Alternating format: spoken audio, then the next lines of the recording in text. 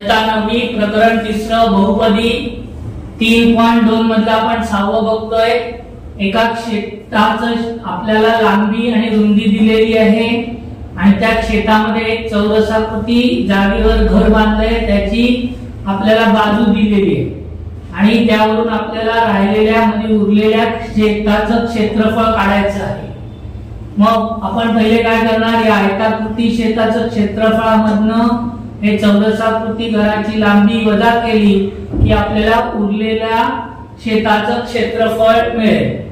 मग आपण पहिले लिहून घेऊया, आयताकृती क्षेत्राची लांबी L बरोबर कंसात 2a वर्ग अधिक 3b वर्ग, आयताकृती क्षेत्राची रुंदी B बरोबर a वर्ग अधिक b वर्ग कंसामध्ये चौरसाकृती जागेवर बांधलेले घर त्याची बाजू बरोबर S बरोबर कंसात a वर्ग वजा b वर्ग।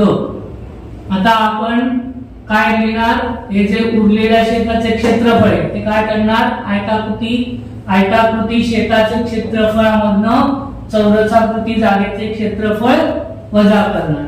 आयताचे क्षेत्रफळाचं सूत्र आहे लांबी गुणिले रुंदी L * b मायनस वजा चौरसाकृती जागेचं क्षेत्रफळ, चौरसाचं क्षेत्रफळ आहे बाजू वर्ग म्हणजे s², उरलेल्या जागेचे क्षेत्रफळ बरोबर L ची किंमत आहे 2a वर्ग अधिक 3b वर्ग गुणिले रुंदी आहे आपल्याला a वर्ग अधिक b वर्ग दुसऱ्या कंसामध्ये वजा a वर्ग वजा b वर्ग कंसाचा वर्ग, बाजूचा वर्ग आहे म्हणून आपण आपल्याला ही बाजू दिली आहे त्याचा वर्ग आपण केलेला आहे।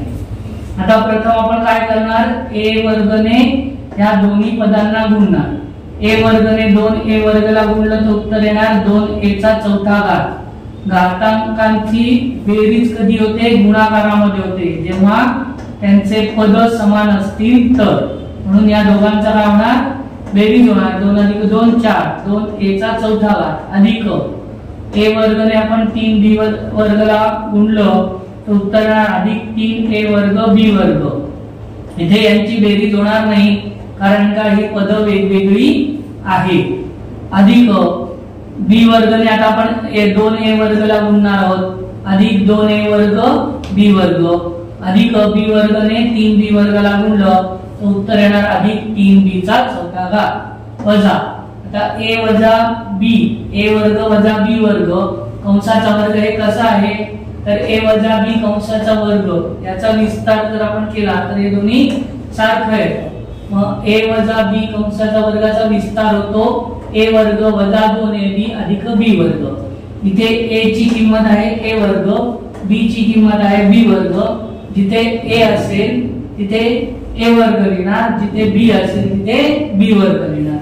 त्यामुळे चौकटी कंसात a वर्गचा वर्ग वजा 2a वर्ग b वर्ग अधिक b वर्गचा वर्ग, 2a चा चौथा घात अधिक 3 अधिक 2 5 a वर्ग b वर्ग अधिक 3b चा चौथा घात वजा घाताचा घात असेल तर घातांकांचा गुणाकार होतो, त्यानुसार 2 × 4 a चा चौथा घात वजा 2a वर्ग b वर्ग अधिक 2 × 4 b चा चौथा घात, परत 2a चा चौथा घात अधिक 5a वर्ग b वर्ग अधिक 3b चा चौथा घात। हे जसंच्या तसं खाली लिहिलं, कंसाच्या बाहेर वजाचं चिन्ह असेल तर आतल्या पदांची चिन्ह बदलतात, अधिक असेल तर वजा होतं, वजा असेल तर अधिक होतं, त्यानुसार वजा a चा चौथा घात अधिक 2a वर्ग b वर्ग वजा b चा चौथा घात।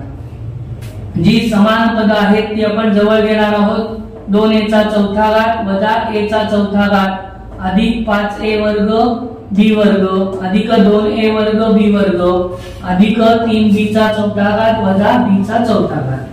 2a मधनं 1 गेला, इथे सहगुणक काही नाही म्हणजे 1 आहे, 2 मधनं 1 गेला उरला 1, सहगुणक आपण 1 लिहित नाही म्हणून आपण a चा चौथा घात अधिक 5 अधिक 2 7 7a वर्ग b वर्ग अधिक 3 आतनं 1 गेले उरले 2 b चा चौथा घात।